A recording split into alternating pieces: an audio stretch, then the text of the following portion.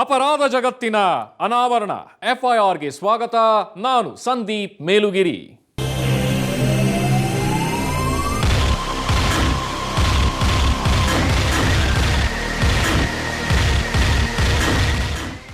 ಮಾಜಿ ಶಾಸಕರ ಜಾತಕದಲ್ಲಿನ ಸ್ತ್ರೀ ದೋಷ ಇನ್ನೂ ಸರಿ ಹೋಗಿಲ್ವಾ? ಈ ಗಂಡ ಹೆಂಡತಿಯ ಗಲಾಟೆ ಮುಗಿಯೋದಲ್ವಾ ಗೊತ್ತಾಗ್ತಾ ಇಲ್ಲ. ಆವತ್ತು ಶಾಸಕರ ಭವನದ ಬಾಗಿಲು ಕಾದವಳು ಇವತ್ತು ಅಪಾರ್ಟ್ಮೆಂಟ್ನ ಬಾಗಿಲಲ್ಲಿ ಕೂತಿದ್ದಾಳೆ.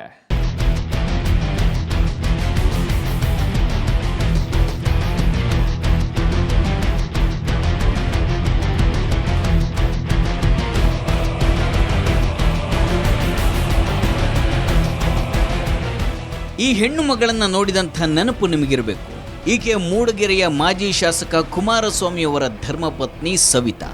ಮೈಸೂರಿನಲ್ಲಿ PWD ಸಹಾಯಕ ಇಂಜಿನಿಯರ್ ಆಗಿ ಕೆಲಸ ಮಾಡ್ತಾ ಇರುವಂಥ ಸವಿತಾ ಗಂಡನ ಜೊತೆ ಬಾಳ್ವೆ ಮಾಡಬೇಕು ಅಂತ ರಜೆ ತಗೊಂಡು ಬೆಂಗಳೂರಿನ HSR ಲೇಔಟಲ್ಲಿ ಇರ್ತಕ್ಕಂಥ ಈ ಮನೆಗೆ ಬಂದರೆ ಮಾಜಿ ಶಾಸಕರು ಜಗಳ ಆಡಿಕೊಂಡು ರಾತ್ರೋರಾತ್ರಿ ಲಗೇಜ್ ಸಮೇತ ಹೊರಗಾಕಿದ್ರಂತೆ.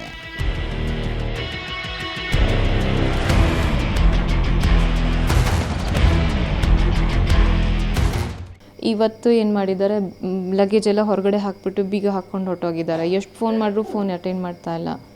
ಮತ್ತು ಹಿಂಗೆ ಇದು ಎಷ್ಟೋ ಸಲ ಆಗೋಗಿದೆ, ಈಗ ಮತ್ತೆ ರಿಪೀಟ್ ಆಗ್ತಾ ಇದೆ. ಇದು ಕೀ ತೊಗೊಂಡು ಹೊರಟೋಗ್ಬಿಟ್ಟಿದ್ದಾರೆ ಅವರು. ಲಗೇಜ್ನೂ ಹೊರಗಡೆ ಬಿಸಾಕಿದ್ದಾರೆ, ಕೀನೂ ತೊಗೊಂಡು ಹೊರಟೋಗಿದ್ದಾರೆ. ಆಗ್ಲಿಂದನೂ ನಾನು ಇಲ್ಲೇ ಹೊರಗಡೆನೇ ಕೂತಿದ್ದೀನಿ. ಎಷ್ಟು ಫೋನ್ ಮಾಡಿದ್ರು ಫೋನ್ ಅಟೆಂಡ್ ಮಾಡಲ್ಲ. ಡ್ರೈವರ್ ನಂಬರು ಆನ್ ಆಗಿತ್ತು, ಈಗೊಂದು ಸ್ವಲ್ಪ ಹೊತ್ತಲ್ಲಿ ಅದು ಸ್ವಿಚ್ ಆಫ್ ಆಯಿತು. ಅವ್ರು ಎಲ್ಲಿದ್ದಾರೆ ಅಂತಲೂ ಗೊತ್ತಿಲ್ಲ. ವಾಪಸ್ ಬನ್ನಿ ಪ್ಲೀಸ್, ಯಾಕೆ ಹಿಂಗೆ ಮಾಡ್ತೀರಾ ನನಗೆ ಯಾವಾಗ್ಲೂ?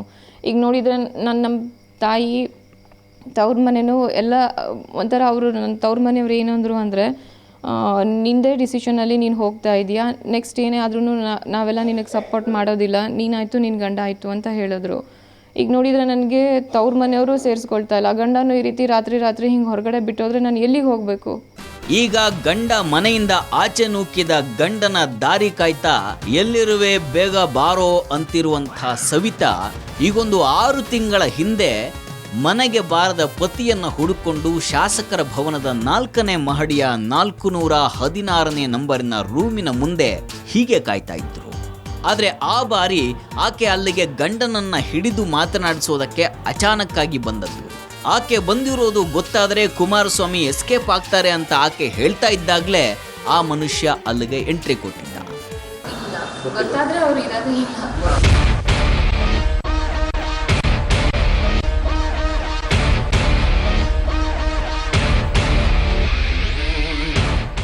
ಅವತ್ತೇನು ಸವಿತಾ ಹೀಗೆ ದಡಬಡಾಯಿಸಿ ಓಡ್ ಬಂದು ಗಂಡನನ್ನ ಹಿಡ್ಕೊಂಡು ಯಾಕೆ ಮನೆಗೆ ಬರ್ತಾ ಇಲ್ಲ ಅಂತ ತರಾಟೆಗೆ ತಗೊಂಡಿದ್ಲು.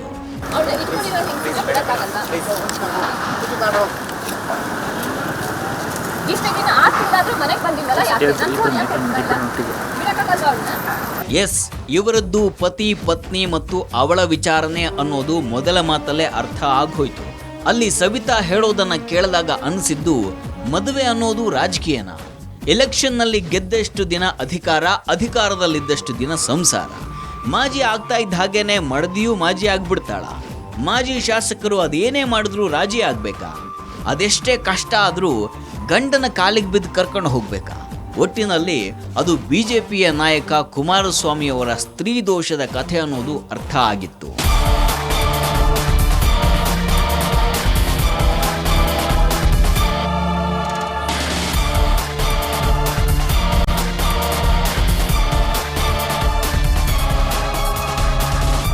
ಮೂಡಗೆರೆ ಪುಟ್ಟಯ್ಯನವರ ಮಗ MP ಕುಮಾರಸ್ವಾಮಿ. ಈಗ ಇವರ ಹೆಸರಲ್ಲಷ್ಟೇ MP ಇರೋದು. ಸದ್ಯಕ್ಕೆ ಇವರು MLA ಸ್ಥಾನದಲ್ಲೂ ಇಲ್ಲ. ಆದರೆ ಚಿಕ್ಕಮಗಳೂರಿನ ಮೂಡಗೆರೆ ಕ್ಷೇತ್ರದಲ್ಲಿ ಮೊಟ್ಟ ಮೊದಲ ಬಾರಿಗೆ ಕಮಲವನ್ನು ಅರಳಿಸಿದಂತಹ ಖ್ಯಾತಿ ಇವರಿಗೆ ಸಲ್ಲುತ್ತೆ. ಕಳೆದ ಹಲವಾರು ವರ್ಷಗಳ ಕಾಲ ಮೋಟಮ್ಮ ನಿಂಗಯ್ಯರ ನಡುವೆನೇ ನಡೀತಾ ಇದ್ದಂಥ ಜಟಾಪಟಿ ಮಧ್ಯೆ ಜನರ ಮನಸ್ಸನ್ನ ಕದ್ದು ಕುಮಾರಸ್ವಾಮಿ ಅವರು 2 ಬಾರಿ ಶಾಸಕರಾಗಿ ಆಯ್ಕೆಯಾಗಿದ್ರು. ಈ ಬಾರಿ ನಿಂಗಯ್ಯನವರು ಮತ್ತೆ ಆ ಜಾಗಕ್ಕೆ ವಾಪಸ್ ಬಂದ್ರು. ಅದಕ್ಕೆ ಕಾರಣ ಈ ಸವಿತಾನ.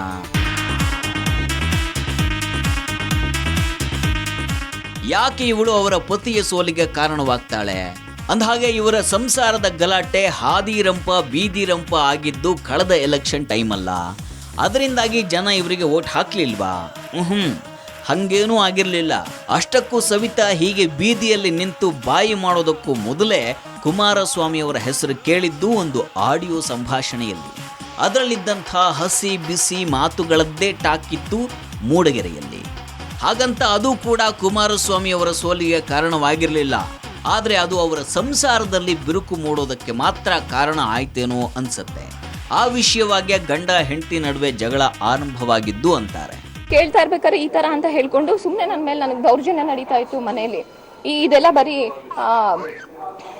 ಬರೀ ಸುಮ್ಮನೆ ನಿನಗೆ ಅನುಮಾನ ಅಂತ ಹೇಳ್ಕೊಂಡು, ಇದು ಯಾವಾಗ ಇದು ಆಡಿಯೋ ಎಲ್ಲ ಸಿಕ್ಕಿತ್ತು ಅದೆಲ್ಲ ಕನ್ಫರ್ಮ್ ಆದ್ಮೇಲೆ ಈಗ ಹೆಂಗೆ ಯಾವ ತರ ಒಂದು ಅವ್ರದ್ದು. ಅವತ್ತು ಸವಿತಾ ಕೆಮರಾಗಳ ಮುಂದೆ ನಿಂತು ಕುಮಾರಸ್ವಾಮಿಗೆ ಸಂಬಂಧ ಇದೆ ಅನ್ನಲಾಗ್ತಾ ಇದ್ದಂಥ ಮಹಿಳೆಗೆ ನನ್ನ ಗಂಡನ ಸಹವಾಸ ಬಿಟ್ಬಿಡಿ ಅಂತ ಕೇಳ್ಕೊಂಡಿದ್ಲು.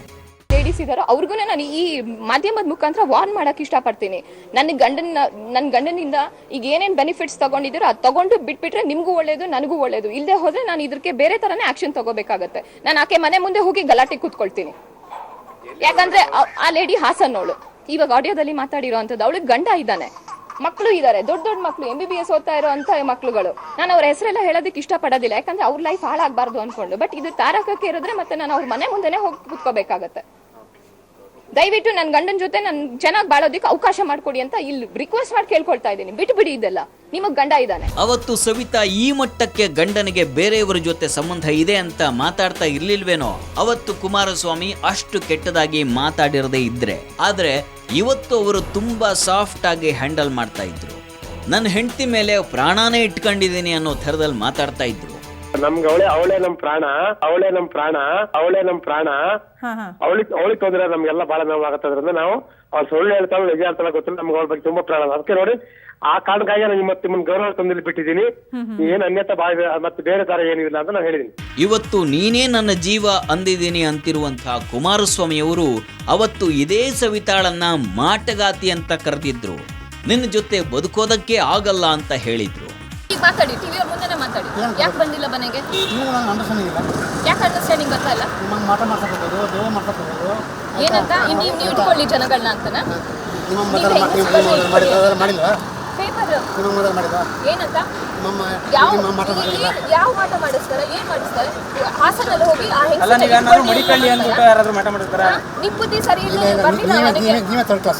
ಅಂದಹಾಗೆ ಇವರು ಥರ್ಡ್ ಕ್ಲಾಸ್ ಅಂತ ಬೈದವಳನ್ನೇ ಅವರು ಪ್ರೀತಿಸಿ ಮದುವೆ ಆಗಿದ್ದು. ಸವಿ ನೆನಪಿನ ಕಥೆ ಅವರದ್ದು. MP ಕುಮಾರಸ್ವಾಮಿಯವರನ್ನ ಕರ್ನಾಟಕದ ಜನ ಒಬ್ಬ ಮಾಜಿ MLA ಅಂತಷ್ಟೇ ಗುರುತಿಸ್ತಾರೆ.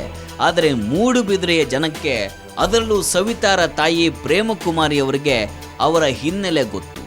ಅದೆಂಥ ಬಡತನದಲ್ಲಿ ಆ ಮನುಷ್ಯ ಬೆಳೆದು ಬಂದಿದ್ದು ಅನ್ನೋದು ಗೊತ್ತಿತ್ತು. ಫೀಸ್ ತುಂಬೋದಕ್ಕೆ ಸಮಸ್ಯೆ ಆದಾಗ ಅವರೇ ಕೆಲವೊಮ್ಮೆ ಹಣ ಕೊಟ್ಟಿದ್ದೂ ಇತ್ತಂತೆ.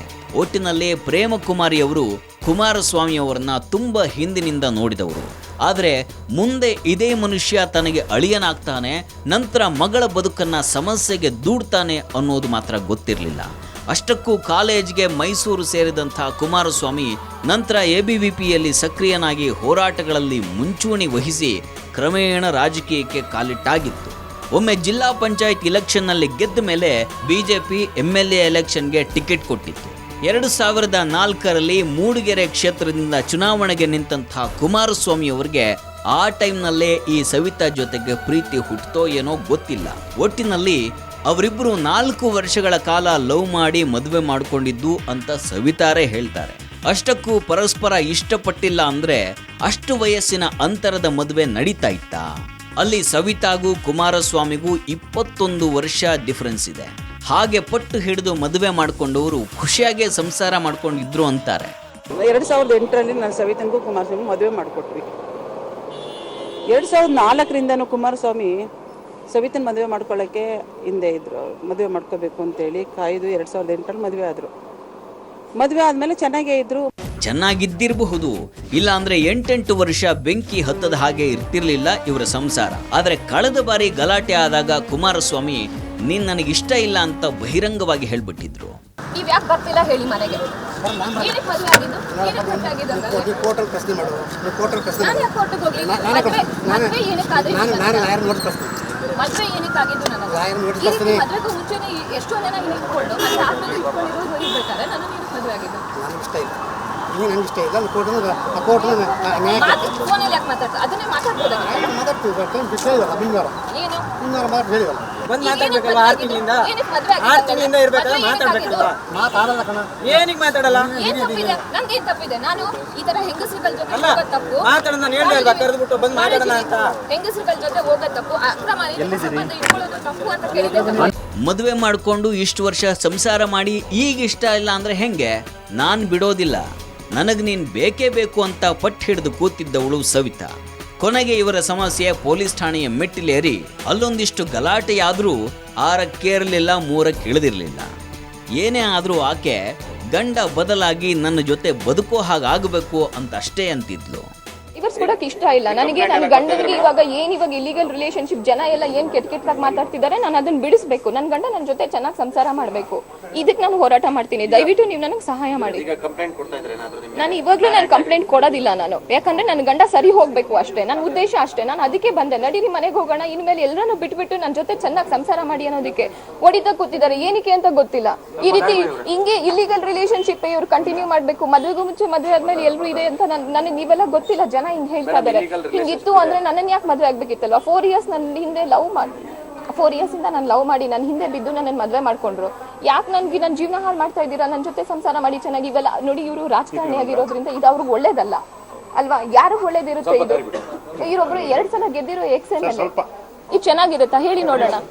ಚೆನ್ನಾಗಿರಲ್ಲ ಬಿಡಿ, ಹಿಂಗಿದ್ರೆ ಜೊತೆಗೆ ಬದುಕೋದಕ್ಕಾಗಲ್ಲ ಅಂತ ಮೊನ್ನೆ ತಿಂಗಳ ಹಿಂದೆ ಹಿರಿಯರೆಲ್ಲ ಸೇರಿ ರಾಜಿ ಪಂಚಾಯಿತಿ ಮಾಡಿ ಇಬ್ಬರನ್ನು ಮತ್ತೆ ಒಂದು ಮಾಡಿದ್ರಂತೆ. ಈ ಬಾರಿ ಕುಮಾರಸ್ವಾಮಿ ಧರ್ಮಸ್ಥಳದ ಮಂಜುನಾಥ ಸ್ವಾಮಿ ಮೇಲೆ ಆಣೆ ಮಾಡಿ ನನ್ನನ್ನು ವಾಪಸ್ ಕರ್ಕೊಂಡಿದ್ರು ಅಂತಾರೆ ಸವಿತಾ. ನಮ್ಮಿಬ್ಬರ ಮಧ್ಯೆ ಗಲಾಟೆ ಆಗಿತ್ತಲ್ಲ, ಅದಾದಮೇಲೆ ನಾನು ಧರ್ಮಸ್ಥಳಕ್ಕೆ ಬಂದು ಪ್ರಾಮಿಸ್ ಮಾಡಬೇಕು, ಈ ಥರ ಎಲ್ಲ ಕೆಟ್ಟದನ್ನೆಲ್ಲ ಬಿಟ್ಬಿಟ್ಟು ನನ್ನ ಜೊತೆ ಚೆನ್ನಾಗಿರಬೇಕು ಅಂತ ಕೇಳಿದ್ದೆ. ಹಾಗೆ ಅವ್ರು ಧರ್ಮಸ್ಥಳಕ್ಕೆ ಬಂದು ಪ್ರಾಮಿಸು ಮಾಡಿದ್ರು. ನಾನು ತುಂಬ ಸಂತೋಷವಾಗಿ ವಾಪಸ್ ಬಂದೆ. ದೇವರ ಮೇಲೆ ಆಣೆ ಪ್ರಮಾಣ ಮಾಡಿದ ಮೇಲೂ ಕುಮಾರಸ್ವಾಮಿ ಸರಿಯಾಗಿ ನಡ್ಕೊಳ್ಳಿಲ್ವಾ? ಹೆಂಡತಿಯನ್ನ ಸರಿಯಾಗಿ ನೋಡ್ಕೊಳ್ಳಿಲ್ವಾ? ಅಷ್ಟಕ್ಕೂ ಅವರು ಈ ಸವಿತಾಳನ್ನ ದೂರ ಮಾಡಿದ್ದೇ ಅವರಿಗಿದ್ದಂಥ ದೈವಭಕ್ತಿ, ಕುಂಡಲಿಯ ಶಕ್ತಿ ಅಂತಾರೆ. ಹಾಗಾದರೆ ಕುಮಾರಸ್ವಾಮಿಯ ಕುಂಡಲಿ ಕಥೆ ಏನು?